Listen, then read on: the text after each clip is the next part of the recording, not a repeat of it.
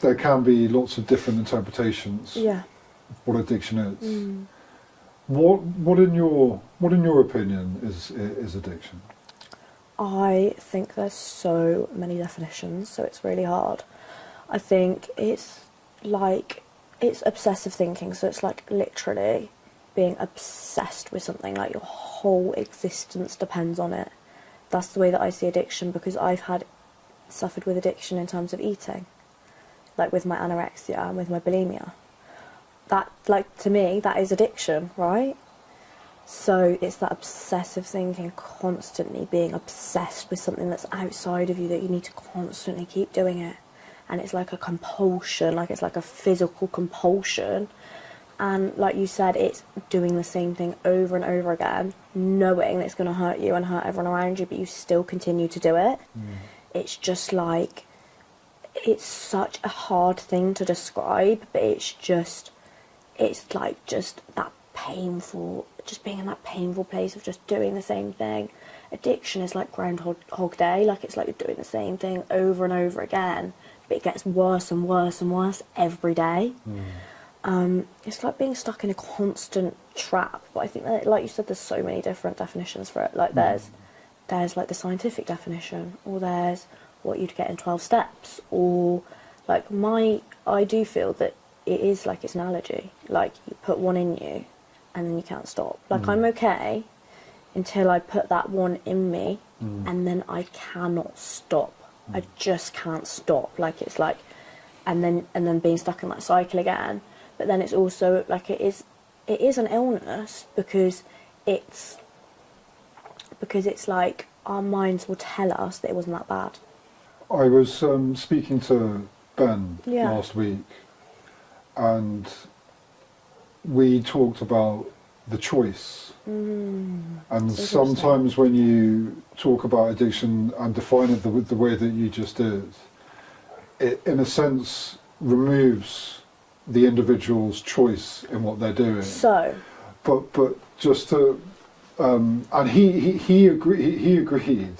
In that he said when you're in active addiction, that it's often felt when you're in it that the action is in large part choiceless, and you're not in control. No. And you're in this place of just total oblivion, and you don't have a sense of responsibility to yourself, to anybody else. However, there does come a point of hitting rock bottom for lots of people, sadly. And in that moment, there does seem to be a choice where a person chooses to want to get better.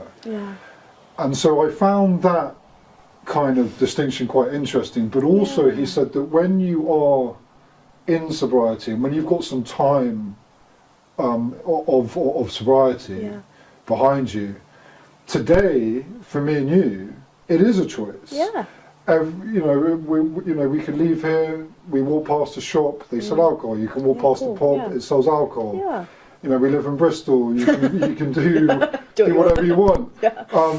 So every day we make a choice, being in sobriety, not 100%. To do those things. 100%. So why do you think, in acknowledging that, there's this kind of dispute between it being something that is which is beyond a person's power, but yet every day they are in control of what they choose to do? What do you mean, somebody who's using or clean and sober? If we take someone who's clean and sober. Okay. Because we haven't set off that allergy. So we haven't put that one in. So long as that one doesn't go in, we have the power of choice, which is a blessing, right? But as soon as that one goes in, all bets are off. All bets are off. And it is funny actually how you say that, like when we're at that rock bottom, it does kind of turn into a choice. That's weird, and that's something that I couldn't explain it to you, because like I actually don't even know. It just, for me, I can talk the only thing I can give is my experience with it, right? It just got too painful. Well, and I've heard acceptance can often come through fatigue and exhaustion. I was just exhausted.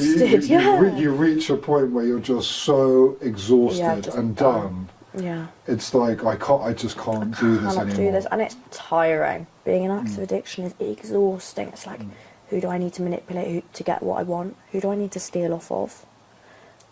Who am I? We don't even realise that we're hurting people because we're just so. I mean, I'm so inconsiderate. I don't really care about anyone else when I'm using. And I said this before.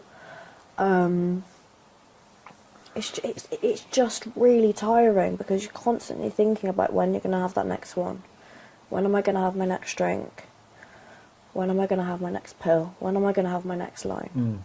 When am I going to have my next smoke? So tiring. Like, so exhausting that being all you think about. And the thing for me is, I couldn't even sleep.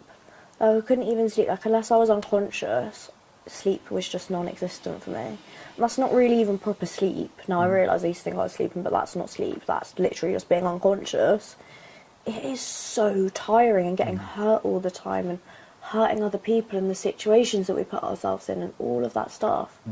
So tiring. And like, you don't want to hurt, like, we don't want to hurt people, but we do. And then it's like, oh, I feel really bad, like I feel really guilty, and then I use to get rid of that shame and that remorse, and it's like, it's just, it's so tiring. Like you said, it takes that one.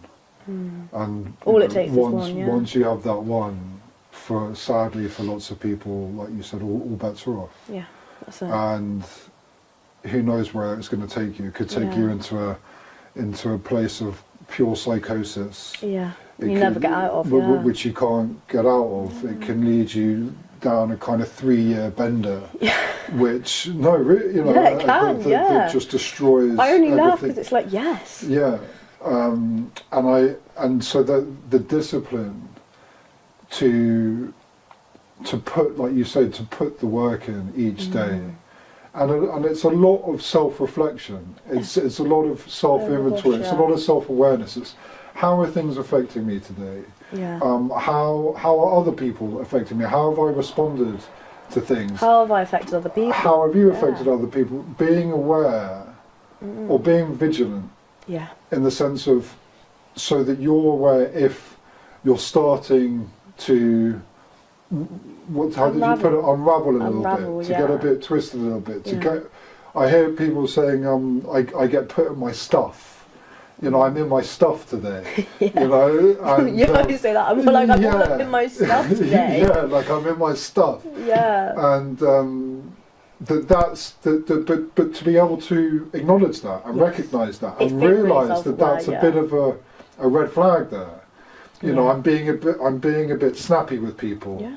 I'm in a bad mood. I'm being reclusive. I don't want to be engaged. And look, there are bad days. Don't get me wrong, but to avoid that moment when something really painful comes across, something that really impacts you emotionally. You know, if you have an argument with a really close friend of yours, or an argument with a parent, or you know, let's say you know you end a relationship. Yeah. You know, something that really affects you. That stuff really kind of comes to the rescue. Yeah, 100%. It's staying humble, being able to look at my part in things, staying really humble, not falling into that victim mindset. Well, this person did this to me, so how I reacted was okay. Because that's how I used to be when I was in active addiction. Oh yeah, like I know I tried to like stab you, but like that's okay because you hurt my feelings. Do you know what I mean? It's that justification. So it's just being so, like, really recognising and looking at those behaviours, but also having forgiveness for yourself and being like, okay, I shouldn't have behaved like that, and I do owe that person an apology. It's being humble enough to give people an apology. Okay, I actually really shouldn't have acted like that, and I shouldn't have spoken to you like that, and I'm sorry. But also being able to forgive yourself and be like, actually, you know what? It's okay, we make mistakes. And it's just learning from them. It's just learning from them, because otherwise it's like being in a cycle of addiction, like just doing the same thing, hurting yourself, hurting other people. Just learning from mistakes and just really being able to look at yourself. I think it's really important. I think definitely like the most important thing is just humility. And you're letting it improve you. Yeah. You're growing from it. It's developing. It's developing yourself. Yeah. And I think also having those tools that you've described, you're in a community. Yeah. And so you can always pick up the phone. Yes. And of course, so you've kind of got like this wonderful array of mechanisms. Yeah, it's amazing. You know, where it's like, okay, you know, I'm a bit off centre. You know, let me check myself. Yeah. Let me reach out to someone. Let me Yeah. connect with someone. You know, let me go to a community of support, whether it be 12 steps or a SMART meeting or a Dharma meeting, Exactly. or even the clinic with the aftercare. Yes. These are, so it's being aware and really utilising them when you need them. Yeah, definitely. It's just utilising those tools and using them and picking up the tools. Picking them up and not just going, yeah, I'm alright, I'm fine, because that's when we're in trouble, is when we go, yeah, I'm okay, I don't need to do this stuff anymore, or I don't need to keep a check on myself really, or you know what I mean, or actually, and then that very quickly turns into, yeah, but it would be alright if I had a line though, wouldn't it? Oh yeah, but it would be, if I have a glass of wine, that would be okay, it's just a glass of wine, do you know what I mean? Yeah. So it's just really, it is really being brutally honest with yourself, and that is something that the clinic gives us tools to do, to be brutally honest. And then it's beautiful because in here we're taught to be brutally honest with the people in here.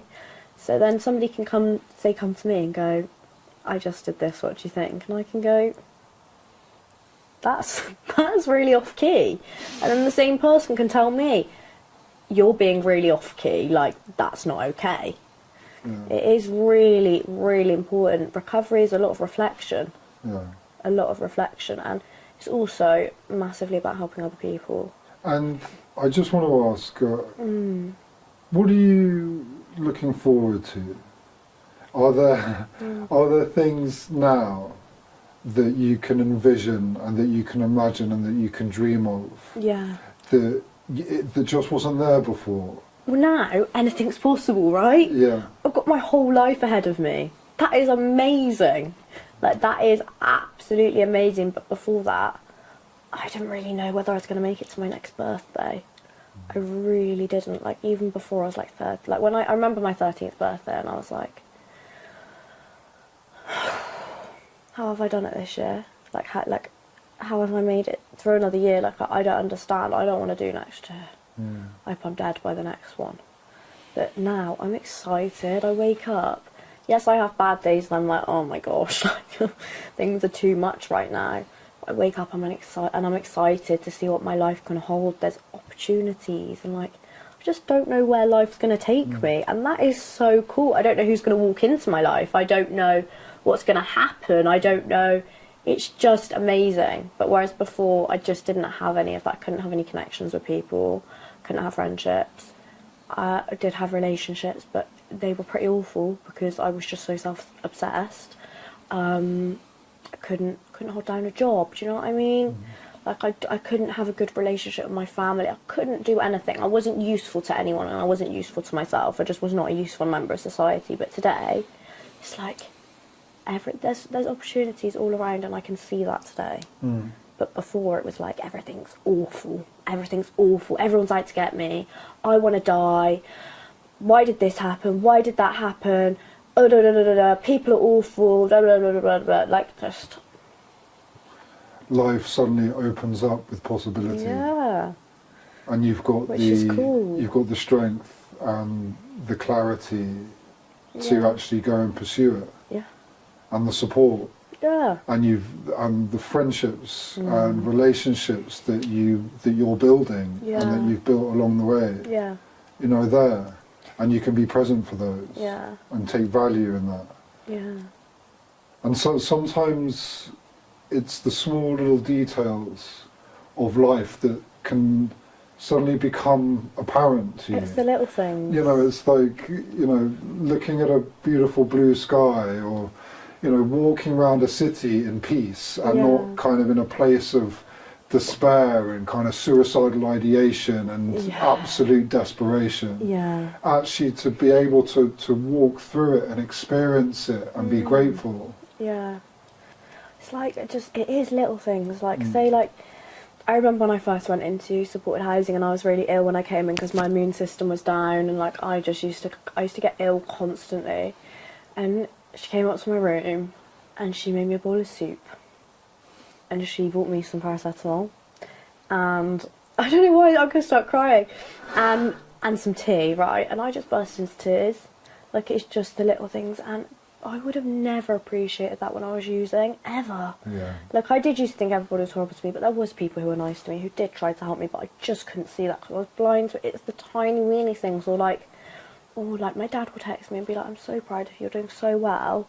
It's just tiny, weeny things, or like, I'll be led in bed, and it's quite weird, like, in my late teens, I'll be led in bed on a Saturday evening, and I've got my heated blankets on, I've got my candles on, and I'm like, oh, this is just bliss. Like, Yeah. I have peace mentally now. I'm not always obsessing about alcohol and drugs. I'm not constantly obsessing. It's just like, I have peace today. Yeah, and you can just have a natural sleep. Yeah. You know, get a good night's sleep. And it's just like, say, like today, like I'm excited about tomorrow. Yeah. Like, yeah, like it's important to look at today, but say, like, I've got exciting stuff on tomorrow, and I'm like, oh, I'm really excited. Whereas, like, before I wouldn't have had that. Like, or if it was like, say, if I was about to go and pick up and I was going to have loads of booze, I'd be like, oh, that's really exciting.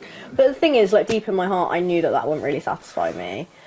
But today, just life is so different. Well, and also you're in a place to receive Oh, it. yeah, it's really nice. You know, when you talked about the soup and the message from your dad, yeah. you can actually absorb that, receive it, Yeah. and allow it to actually mean something to you. Yeah, and it's really nice. Yeah. It's really, really nice. And having friendships where I'm not trying to get anything from them. Like, I get so much from, like, the friendships I have today. Like, I have people who really care about me, who I really care about, and my relationships with my family, which, like, anybody that kind of knew me before, my family relationships were pretty awful. Like, they were pretty horrendous, like, really quite bad. And today, I have good relationships with people. I have good relationships with my parents. I have a good relationship with my brother. Like, those little things, it's just like, and I don't wake up and cause harm every day. Yeah, I'm not perfect. There's days where sometimes, yes, I do things wrong, like, do you know what I mean? Sometimes cause a little bit of harm, but it's not like I haven't beaten anyone up. Like, I haven't slept with anyone for drugs or alcohol. I haven't, like, do you know what I mean? I haven't done anything that I'm really shameful of. Yeah, there's times where I'm like, oh, I'm a bit ashamed that I behaved like that, but that's okay. I can be honest about that today, and these things, like, it's just right-sizing things and not catastrophizing things, and it is, like, recovery is a really beautiful thing. Like, yes, it's not perfect, and, like, yes, sometimes life is painful, there's things that happen that are sad. There, like, do you know what I mean? Like, people pass away, or pets die, or, like, I don't know, or, like, say, me going to court next month, things like that. Yes, it's not always perfect and easy, but as long as I'm putting recovery first, I'm okay. I'm alright. As soon as anything comes before recovery, now that is when I'm in trouble. That's when I'm in trouble. And I think that's the gift of being in supported housing, is I get to have all the time in the world to just focus on recovery. Well, no, And myself and on therapy. How cool is that? what I think is really wonderful is that you're kind of describing the things in life that are so important, Yeah. but are often, you know, maybe can be overlooked Yeah. for the other pursuits or other aspirations that people kind of often go running for. Yeah. But, you know, it's like the friendships, you know, a person being kind to you, Yeah. you know, having a good relationship, a loving relationship with the people that love you. Yeah. You know, waking up and seeing the small details of life Yeah. in a pure, innocent way that's Yeah. meaningful and impactful. Yeah. Oh. And it's that's the journey that this offers. Yeah. Like I said, the minute before anything comes before recovery, and that goes for, like, maybe if I have children one day, maybe if I get married one day, I don't know, then this still has to come first, because without recovery coming first, I can't have anything else. And that's it. That's how you see it. Yeah. That's how it is. That's not even how I see it, that's how it is That's for me. just how it That's is. just the reality of it, and I'm okay with that. And today, the thing is I'm clean and sober just for today. Yeah. I'm clean and sober as long as I'm working my programme. Yeah. But the minute I start thinking I'm okay, or I stop working my program, or I stop putting recovery first, that's when I'll relapse. So it's just keep just doing this stuff consistently. I can't say, oh my gosh, I'm never going to pick up for the rest of my life. I don't know that, but all I know is that for today I'm clean and sober. Yeah. And that's okay. Yeah. And for today to work a program that you have. Yeah. And it works for you. It does, yeah. You know, and it's giving you all these wonderful things that you've been describing. Why would you want to put that in the second position? Why would I want anything else? I have such peace today. Yeah. Yes, life isn't always peaceful. I have times where I suffer with my anxiety, or I suffer a little bit with my mental health over certain periods. But I have such peace today. I have such peace. Such peace. And like, I wouldn't have it any other way. Yeah. I really, really wouldn't. Like I said in the beginning, in some ways I'm grateful for how I am. I'm a grateful alcoholic addict sometimes. But yes, it's not ideal having to work a program all the time, and some people don't see it like that. But when it's working, like, it works if you work it. It's one of those phrases, but it does. It just like is so peaceful. Life is peaceful. There's no chaos anymore, and sometimes it can be a bit weird having no chaos. Like sometimes I'm like, maybe I should just cause some chaos on myself. Like, what do I do with this? What do I do with this peace? Yeah. But it's just learning to just sit with yourself and be comfortable and just... Well, I was speaking with Tiff a few weeks ago. Yeah. And so sometimes, you know, being in recovery, being abstinent, being sober, you're not on the ceiling and you're not on the floor. No. You're kind of in this middle place. Yeah. You know, you're not overly happy, you're not overly sad, but you're just kind of, I don't know, I always struggle, you're just kind of I call it as like just kind of being normal, like, you know, it's normal, you know? It's just chill vibes, we love it. But yeah, no, do you know what, there is times where I do actually feel overly happy. When you said that, I was like, I do feel overly happy sometimes. Sometimes I just feel overwhelmed with this feeling of gratitude and joy, because I just can't quite believe that I'm still here, I'm still alive. Yeah. And I've got the things back in my life today that I lost. Yeah. And it's just amazing. Sometimes I just feel so overjoyed about recovery. I just want to like fucking explode. Like, it's so exciting. Generally, yeah, I feel quite level, but there is times where I feel really overexcited, and I'm like, oh my gosh, like, life has so much to bring, and also today, like, I'm not constantly sedated. So with my drugs of choice, I was constantly sedated, like, I was constantly, like, really not with it. So I was kind of, like, always a bit, like, zoned out, so sometimes I'm just like really excited and I feel just like really awake, and I'm just like, like, this is just like, whoa, it's just exciting. It is exciting. I wanted to ask, to any young people out there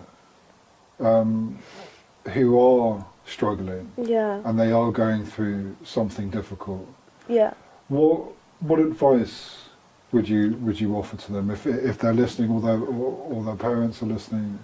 I think just like, you don't have to get to 50 and still be using. It doesn't have to get to that point. You don't have to have had children and lost your children and lost your husband and lost your house. Like you can get it now, and you can have your whole life ahead of you.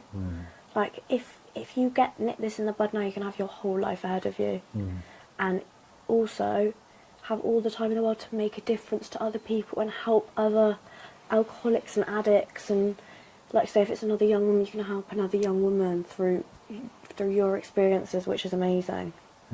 It's just like, it's really difficult because different people get to that rock bottom at different ages. For me, that rock bottom just happened really quickly. Like, the things that I was doing were things that people who have been using for 30, 40 years would do you know what I mean?